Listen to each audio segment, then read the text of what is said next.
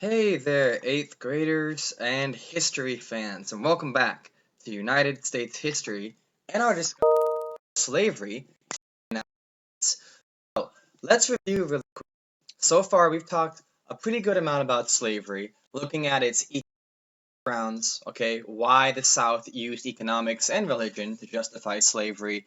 We've looked at the 1619 podcast, the first episode, and I really hope you enjoyed that. I think it's a fantastic podcast series, and I'm excited to look into other ones as well, okay? And we've looked at other readings to see what the life of slaves is like.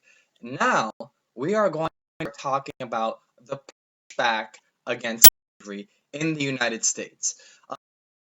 Talk about the official abolition movement, and there are many aspects we're going to talk about with that. But today, I want to start to talk about pushback from slaves themselves, specifically slave rebellions, specifically Nat Turner's slave rebellion. Okay, just a quick reminder before we get going. As always, folks, do your best to take notes during this. You remember a heck of a lot more of what you write down, okay, than what you just listened to. Now, again, we're talking about the resistance to slavery. And many people in this country don't know that there were quite a few slave rebellions in United States history. All right, there were many slave revolutions in the South, as this says. However, Nat Turner's is the most notorious, right? It's the most infamous, mostly because it is extremely deadly and lasted a pretty good amount of time. But I want to get the message across that many slaves didn't just sit there and accept being slaves. Many did take up violent and revolutionary aims to overthrow their masters and to try to escape to freedom or create a separate free black society in the South. All right. And again, there were a lot more than Nat Turner's, but Nat Turner's is the one that we're going to focus on this class. It's one of the most popular ones. You're definitely going to encounter it later in life. Perhaps you've seen one of the movie Birth of a Nation that came out a few years ago on it. So let's talk about Nat Turner and who he was. First of all, I draw your attention to this. This is a primary source document here. Well, it's actually a picture of a primary source document, all right, showing this was printed in newspapers, and this is showing the massacre that Nat Turner and his followers committed on the white plantation owners. Obviously, this is intended for a very specific audience here. This is aimed at an audience of white people to try to get them afraid of the slaves and try to get them to justify cracking down on slaves more because it shows in these figures the black slaves murdering the white plantation owners and then the army coming in to put them down. Okay? Now, all this did happen, but what's important to point out here is that this article and this post completely is one-sided in the sense of how it ignores all the brutalities that the slave owners were doing to Nat Turner and the other slaves for decades and decades before. All right, so let's talk about Nat Turner and his rebellion. So, who is Nat Turner? Turner was actually one of those rare, well educated slaves in Virginia who believed it was his God given duty to overthrow slavery. Okay. Nat Turner could actually read. He was taught to read, and which is highly illegal, right? Slaves were not allowed to learn how to read for obvious reasons at this time, because if you are able to read, you are able to think more for yourself. And if you're able to read, you could get your hands on material like the Bible or other abolitionist anti-slavery documents, and you could start to think for yourself about how unjustifiable slavery was. And I can't help but notice a connection between the novel Fahrenheit 451 that we're reading and this, right? In Fahrenheit 451, people are not allowed to read. They're not even allowed to have books because those who read are able to think.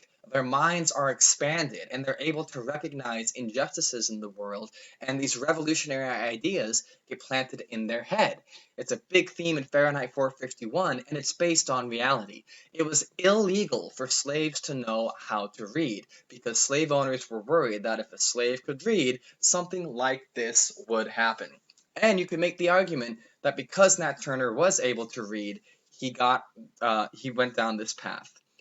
Okay, so he was taught to read, and he believed it was his God-given duty to overthrow slavery. Now, why did Nat Turner believe this? It's because Nat Turner was also a preacher. His favorite book to read, of course, was the Bible, and he would preach and have sermons with fellow slaves on Sundays and whenever they could, and he was essentially a minister to these slaves, spreading the word of God. So Nat Turner learns to read, he's reading the Bible, and he's using passages in the Bible to justify the end of slavery, saying this is not just. Now, it should be pointed out, this is a great example of Christianity being used in both ways. Some people, mostly the white slave owners, were using Christianity in the Bible to say slavery is justified. They were pointing to certain passages in the Bible that they claimed said that non-white people were inferior to whites and that it was white people's burden to help educate and look after these non-white people. I know it's quite horrible, but the Bible was used to justify slavery by certain Christians. On the other hand, Nat Turner and other abolitionists that we're going to look at later used certain Bible passages to say slavery is horribly wrong. Most famously, of course, the Jews leaving Egypt, right, and leaving slavery in Egypt, but also other teachings of Jesus, which basically talk about peace, love, and equality for all. And I think it's really interesting, and it resonates with today, when we have today discussions on, for example, the Second Amendment or other sticky rights in America, right? It's the same document people are fighting over. It's the Constitution. However, both parties are interpreting the Constitution differently in the exact same way that pro and anti-slavery movements were interpreting the Bible and Christianity differently. And it just goes to show, it's really, I think it's really fascinating, and it kind of blows the mind how one document, right, the Bible, can be interpreted and twisted so many different ways to justify polar opposites. And I think it speaks to the fact of why you folks do need education. Because if you are educated, you are going to be able to take documents and use them for your good, for your morals, right? That's kind of like what we're doing in our position papers. You're looking at a bunch of information and statistics on like child soldiers, for example, or simulated violence before that, and you are saying this is what you believe, and you're using those documents, right? So this is the point of education, and you can make the argument that if Nat Turner was not educated enough to read the Bible, maybe this would not have happened. Okay, so here's what happens, folks. Nat Turner goes around spreading his message, and he believes that it is slaves have no other choice but to fight their plantation owners and do it in a violent way. Obviously, they could not reason with white southern plantation owners, so violence was the only answer.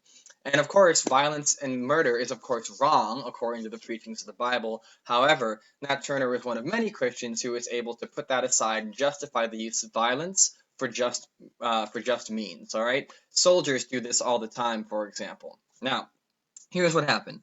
Nat Turner recruits a whole bunch of slaves, and they planned this for a long time, and they gathered some weapons, mostly farming equipment. And on August 31st, over 60 white people in plantations, including women and children, were killed by Nat Turner's rebellion. And spoiler alert, folks, Nat Turner's rebellion ends up failing, and in putting down the rebellion, over 100 slaves were killed. All right? Now that means like once actually the rebellion is starting to falter and the army comes in, 100 slaves would end up killed. Official reports only show it as around 50 or 60, but those were just the people, the slaves, the men mostly, who were involved in the rebellion. Many slave women and children were also killed for being submissive to this rebellion and for also payback, because many white women and children in the plantation homes were killed by the slaves rising up. Some of those, the army and the white slave owners, they wanted to get back at the slave community by killing some of their women and children. So obviously, this is an insanely disturbing fact, and it is very, very horrible.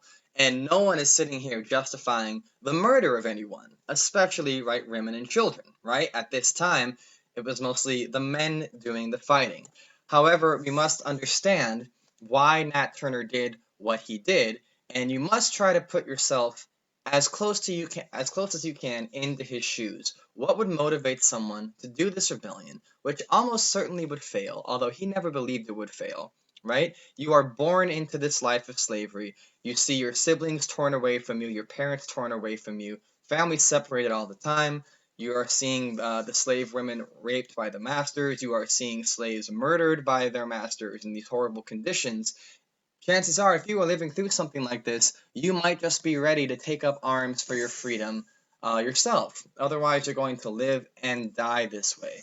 Of course, this does not justify murderous actions, but we must understand why Nat Turner did what we did, and you must ask yourself, if you were in the same situation, would you do the same thing? And of course, it's impossible to fully put yourself in that situation, right? Just like how when we were reading Anne Frank, and we were trying to understand like how they were feeling, we do the best we can, but we will never know. We are fortunate to not have experienced anything like this. But we must not be too quick to condemn this rebellion outright at first. We need to look at why it happened. Although obviously, the murder of innocent women and children is usually pretty unjustifiable, right? It's one thing, for example, to take out the slave owning plantation owners' men who were doing the raping, the murdering, and the beating, but obviously women and children were not a part of that. But it's a very gray area. It's very difficult. Now, moving on, it took the state militia and the United States Army to put down this rebellion. All right, it was huge. In some areas, it lasted days. In others, it lasted months because Nat Turner would not be caught for quite some time. I mean, this is a big deal. This made newspapers not only across the United States, but across the entire world. And that's why we call it one of the most successful and notorious slave rebellions, because as I said before, it has a very high body count, and it took the United States Army to put this down. Now, this has a huge effect. It really spooked white people, especially in the South. After Nat Turner's rebellion, slave states are going to crack down on their slave codes, meaning their slave laws, right? They're also going to start cracking down on runaway slaves, and in some cases, instead of returning them, publicly torturing them in front of other slaves to make sure that they don't run away. Slavery becomes more brutal in and of itself, and the South is starting to get paranoid. Listen, the people in the South, they were smart enough to understand that slavery was wrong, no matter how they justified it. Deep down, they knew that. And when you have things like Nat Turner's rebellion and other rebellions start to happen, they start to understand that slaves can only take so much, and they are going to start pushing back. And if Nat Turner's rebellion happened once, it can absolutely happen again. And they start to get very afraid that this will happen again, especially because slaves all across the country are going to, of course, hear about Nat Turner's rebellion. He becomes kind of a mythological hero to the slaves.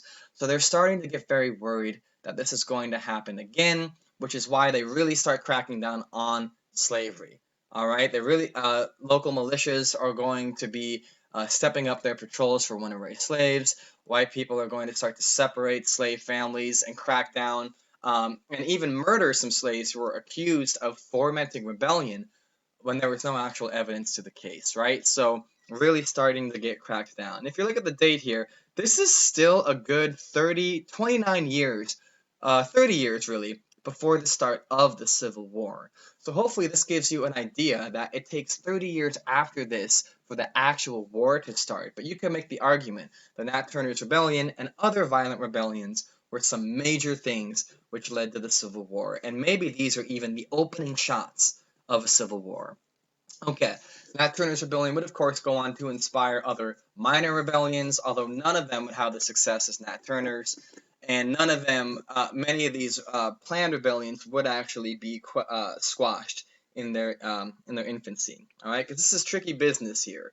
Do you risk your life rebelling against slavery, knowing that most likely you and your family will be killed? Because how could this ever work? Well, again, none of us know what it's truly like to experience life as a slave. All right, very difficult situation, ladies and gentlemen. Okay, that's all that I have for you on Nat Turner.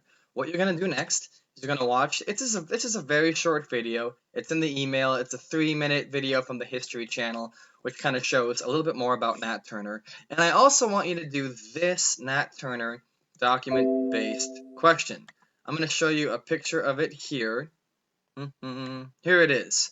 Now, this is a great little mini DBQ. It has a whole bunch of primary source documents in there. One thing I want to draw your attention to is I don't want you to answer these questions. I do not want you to answer these questions after each document.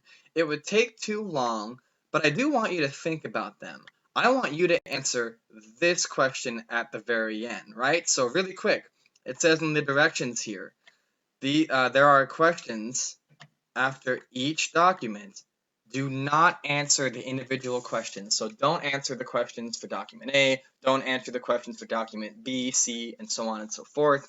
Those questions are just there to get you thinking about these documents because the sources are from different viewpoints, and you'll need to decide if the viewpoints are biased or not. So again, some of these documents might be pro-slavery documents. People saying that, oh, this is ridiculous. This is why we need to crack down on these slaves more because of Nat Turner's Rebellion. Other documents are going to be anti-slavery documents. Like document B, for example, is Nat Turner's Confession, right? So not all these documents should be treated as scripture, right? There's going to be some bias in here. But these are great primary source documents, and it's great to read some primary source documents to understand the emotions of this time. Now, after you read through these documents, and it seems long, but it's really not. They're broken up. This one is a more close-up picture of the picture in the slideshow. This is what I want you to answer. Was Nat Turner a hero or a villain? It is a very heavy question, an extremely loaded question. Many people would call him a hero. Many people would obviously call him a villain. Depending on what time period you ask this question, the answer is going to be different. It might be a little more gray than that. It's up for you to decide. So, this is the prompt. Now it's time to answer the question, was Nat Turner a hero or a villain? In the space below, write out your answer. Write a well-developed paragraph. Include a topic sentence which answers the question, was he a hero or villain? Provide at least 3 reasons to support your answer. Cite at least 3 documents within your paragraph as evidence. Those documents are going to be from this DBQ, okay? One of those documents can be from the YouTube video if you want, all right? But you need at least 3 documents to use as evidence, right? So for example, you can say, I think Nat Turner is a hero because document A, this guy says blah, blah, blah, blah, and I think this and that and the other. Okay. I'm getting back to this. Use specific quotes when applicable. End your paragraph with a concluding statement, right? It should be no less than 7 sentences. Now listen, folks, obviously you can do this in more than one paragraph. This is basically a short kind of 5-paragraph essay on this. I'm not asking for the same level of detail as I normally would, but if you look at the structure of this, it's the same kind of setup. You have your thesis statement, you have your 3 pieces of evidence.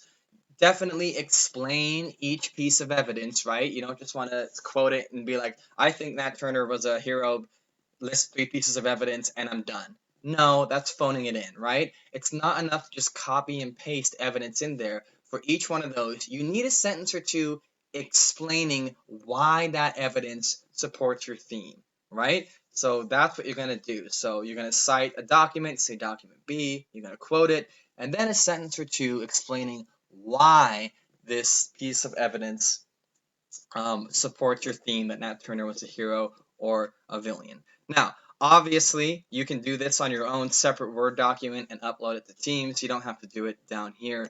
And this is not going to be due for a couple of days because, first of all, it's going to take you plenty of time just to watch this video, watch the other video, and read this. All right? So take your time on it, and the due date is going to be in the email. Best of luck, folks. Please let me know if you have any questions on this, and I will talk to you later.